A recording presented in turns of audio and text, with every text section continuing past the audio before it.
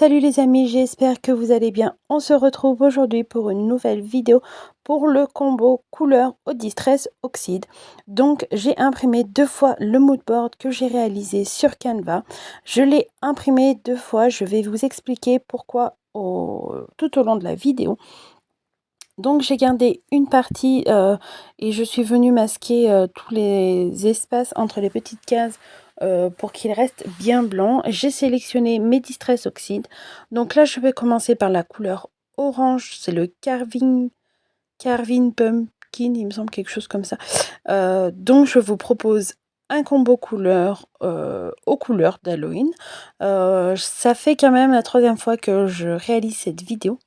La deuxième couleur, c'est le Dusty Concorde. Plusieurs fois que j'ai réalisé cette vidéo parce que soit ma caméra ne filmait pas ou ça a filmé une partie et pas complètement. Enfin bref, j'ai eu plein de couacs. C'est pour ça qu'elle tarde à venir cette vidéo. Mais elle me tenait à cœur de vous la montrer. Donc je vous la propose, j'ai réitéré ma création. Et la dernière couleur que j'ai sélectionnée, c'est le Villainous Potion qui colle parfaitement au thème d'Halloween. Au début, quand j'ai fait mes premiers tests, j'avais sélectionné 4 couleurs de distress. J'avais sélectionné un autre orange, mais je l'ai supprimé parce que, en fait, je me rends compte qu'il collait pas trop. Ça collait pas trop à l'ambiance d'Halloween et ça matchait pas forcément. Donc je l'ai mis de côté et j'ai préféré sélectionner ces 3 là. Là je cherche un pochoir pour habiller un peu le fond de mon mood board. Donc j'ai imprimé 2 fois ce mood board parce qu'en fait, comme vous avez pu le voir, je ne me suis pas enquiquinée, j'ai passé par-dessus les tampons. En fait, je ne suis pas venue créer de masque, vu que c'est des tampons digitaux, il faudrait créer des masques. Mais pour créer des masques, on n'a pas forcément beaucoup de solutions. Il nous faudrait acheter soit le papier de masquage auquel on viendrait imprimer par-dessus. Une fois, j'ai tenté l'expérience avec du papier stickers que j'avais à la maison, mais il collait beaucoup trop et ça m'a arraché tout mon papier. Donc du coup, là, je fais plutôt cette technique-là. Je me suis dit: «Bon, c'est pas bien grave, je vais gaspiller un peu de papier, mais sur l'autre, mood board que j'aurais imprimé, je vais venir colorier, mettre en couleur, mes éléments, que je vais venir tout détourer, pour venir coller ensuite sur celui-là qui aura le fond coloré». Donc là, je cherche toujours à habiller mon fond et à apporter un peu de détail et je suis allée chercher au fin fond de mon tiroir et je me suis dit que j'allais ressortir cette pâte de texture, de chez Nouveau et elle est noire, pailletée, j'adore son effet.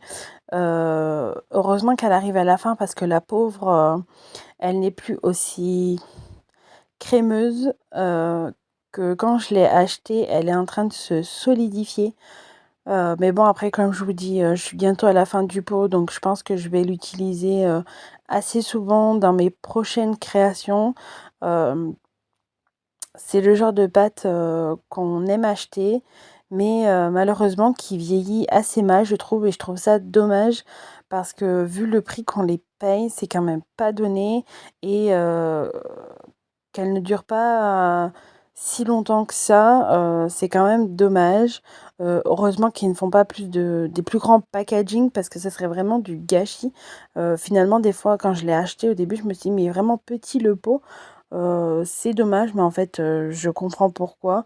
Il en faut pas plus, ça suffit entièrement. Donc là, je pense, le peu qui reste, je vais l'utiliser à fond sur plein de créations. Comme ça m'évitera d'éviter du gaspillage. Ou si vous avez une petite astuce pour la rendre un peu plus molle, parce que, bon là, ça va, c'est un motif assez gros, donc j'ai pas trop galéré. Mais je pense que ça aurait été un motif beaucoup plus fin, je ne serais pas arriver à appliquer cette pâte de structure et pourtant je l'adore, Elle a un effet rendu, un rendu tellement brillant, tellement noir, intense. Franchement, je suis très satisfaite de cette pâte à structure. J'en ai pas beaucoup, mais franchement, celle-là, je l'aime bien. Donc, je vais continuer d'apporter du détail à mon mood board en lui faisant des petites taches. Déjà d'une pour apporter de l'éclat, de la luminosité, parce que c'est un combo couleur assez sombre, je vous dirais, avec le violet, il est intense. Ça a quand même pas mal assombri la création, plus le noir. Donc je me suis dit que j'allais apporter de la luminosité et je sors mon Magical. Comme j'ai bien fait souvent sur mes mood boards. C'est le Milky Way White, il me semble qu'il s'appelle comme ça. Et en fait, je vais venir faire quelques tâches et j'aime bien faire ça parce qu'en fait, ça va venir, ça va pas rester blanc vu que la distress va réagir. Mais ce qui est bien, c'est que ça va faire des taches aux couleurs des distress, mais nacrées en fait. Et ça apporte un petit détail infime, hein, vous me direz, hein. Mais j'aime beaucoup ce genre de petits détails discrets, mais que j'aime bien. Vu que je ne trouvais qu'il n'y avait pas assez de petites taches, je vais faire des taches vraiment blanches cette fois-ci et noires. Donc pour faire blanc, je vais utiliser, comme je fais tout le temps, l'encre pigment de chez Zinc. Et pour faire les taches noires, j'utilise tout simplement de l'encre de Chine. Donc là, je passe à la mise en couleur des tampons digitaux. Donc comme vous pouvez le voir, j'ai déjà colorisé le petit fantôme et les pierres tombales. Je voulais pas laisser en vidéo parce qu'elle dure très très longtemps et que je trouvais pas que c'était une colorisation très intéressante à avoir parce que j'ai pas fait spécialement un grand travail de dégradé, je suis restée assez simple. Je me suis plutôt focalisée sur la mise en couleur du petit gnome Halloween. Franchement, quand elle a sorti ses designs, je suis tombée en amour pour ce petit gnome d'Halloween. Il a son petit copain, enfin, elle a son petit copain Dracula. C'est pas dit que je le scrape aussi dans les jours qui viennent. Franchement, ce petit couple de gnomes version Halloween, je suis fan, ultra fan. N'hésitez pas à aller voir son travail, ce qu'elle fait. Elle est présente sur les réseaux sociaux, sur Facebook, sur Instagram, sur YouTube aussi. Elle a une chaîne YouTube où elle présente ses propres créations avec ses propres tampons qu'elle crée et qu'elle met en vente aussi. N'hésitez pas à aller jeter un œil parce qu'ils ont des prix très très abordables. Pour ceux qui ont des petites bourses, on peut se faire très très plaisir. Et si vous ne savez pas comment utiliser les tampons digitaux, remontez le fil de mes vidéos. J'ai fait quelques tutos là-dessus. Si vous ne comprenez pas, n'hésitez pas à me laisser un commentaire, je serai ravie de vous expliquer comment on s'en sert. Donc là, je viens mettre en couleur ce petit gnome Halloween. J'ai choisi un combo couleur violet rose, on va dire. Je suis désolée parce que ma caméra bouge énormément et je ne sais pas pourquoi. Mais ça, vous comprenez quand même le plus gros de la mise en couleur. Je suis partie d'un violet assez intense pour arriver à un violet rose, on va dire. J'aime beaucoup ce combo couleur pour Halloween. Je l'utilise très très souvent. Là, j'ai fait plusieurs réalisations sur le thème d'Halloween et franchement, j'ai utilisé plusieurs médiums et j'ai réussi à trouver à chaque fois le même combo couleur, que ce soit en feutre à alcool, que ce soit à l'aquarelle ou au crayon de couleur que je vous ai montré récemment. J'ai réussi à faire à peu près le même combo couleur. Je suis très très contente d'avoir arrivé déjà à faire ça. Et ça montre que mon œil s'habitue aux couleurs et aux médiums que j'utilise, qu'il commence à comprendre comment les couleurs fonctionnent entre elles. Et ça montre que je peux passer d'un médium à l'autre sans trop de difficultés aussi. Donc c'est pour ça que j'aime partager avec vous lorsque je trouve un combo couleur qui me plaît énormément et qui colle parfaitement à un thème, je trouve. Comme ça vous donne des idées et vous pouvez essayer de le reproduire ou du moins de vous en inspirer si vous n'avez pas les feutres qui correspondent. Donc là, pour apporter un peu plus de contraste, je suis venue mettre tout ça en noir. Après, il faut savoir que là, la mise en couleur de ce petit gnome Halloween, en fait, je me suis inspirée du design de Scrap Sandrina, en fait. Quand elle propose ses tampons digitaux, elle nous met toujours un design en couleur. Et ben là, à part le violet qui tire plus vers le rose, le reste, c'est tout pareil, je vous dirais. Donc je suis très contente aussi d'avoir reproduit les couleurs qu'elle nous propose. C'est un très bon exercice aussi pour que notre œil s'habitue aux couleurs et puisse reproduire ce que l'on voit. Donc je suis plutôt contente et fière de moi sur ce coup-là.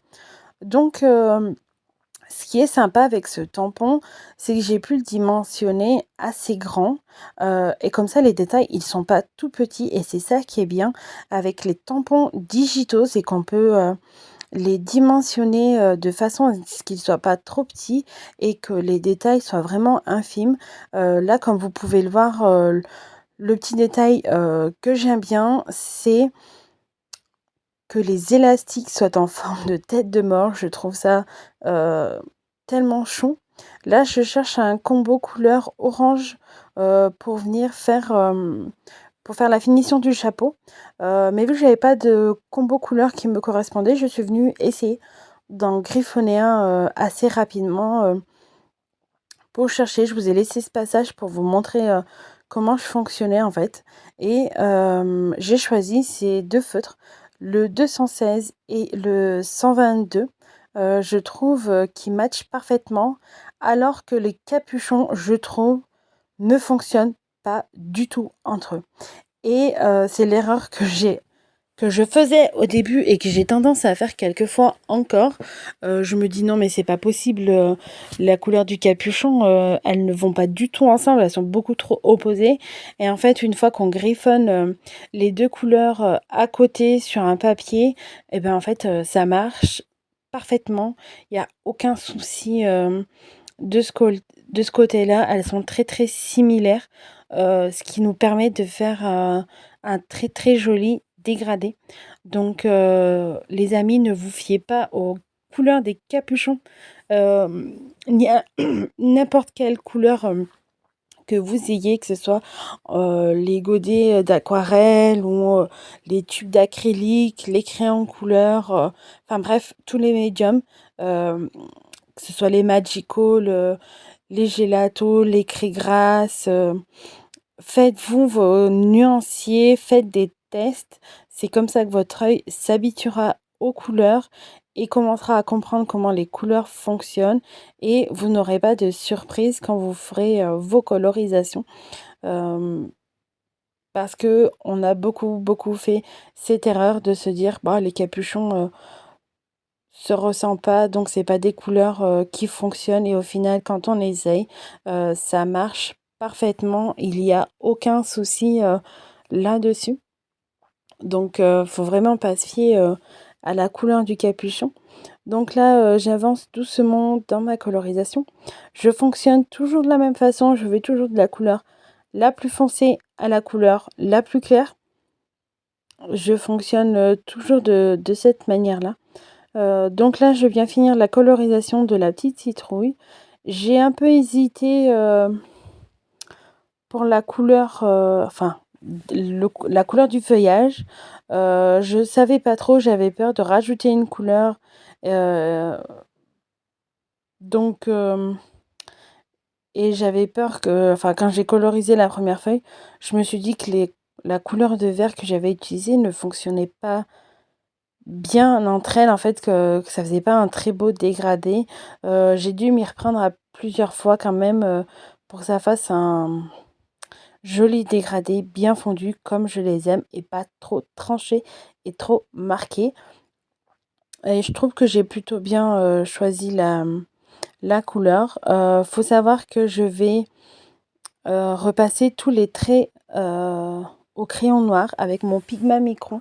J'ai sélectionné, il me semble 2 tailles de pointe, et pour intensifier, les détails et les contrastes, je suis venue, repasser sur, tous les traits. Je suis venue ensuite tout découper. Ça va, c'est facile, c'était des motifs, pas trop petits, pas trop minutieux, sans trop de détails, donc c'est allé relativement vite, et une fois que j'avais tout fini de découper après, je suis venue passer, un feutre noir sur la tranche du papier pour pas qu'on laisse, pour pas qu'on voie le blanc, apparaître. J'aime pas ça du tout. Donc une fois que j'ai tout découpé et passé mon feutre noir, je vais venir tout mettre en place, et venir faire aussi, remarquer le contour de mes cases, en fait.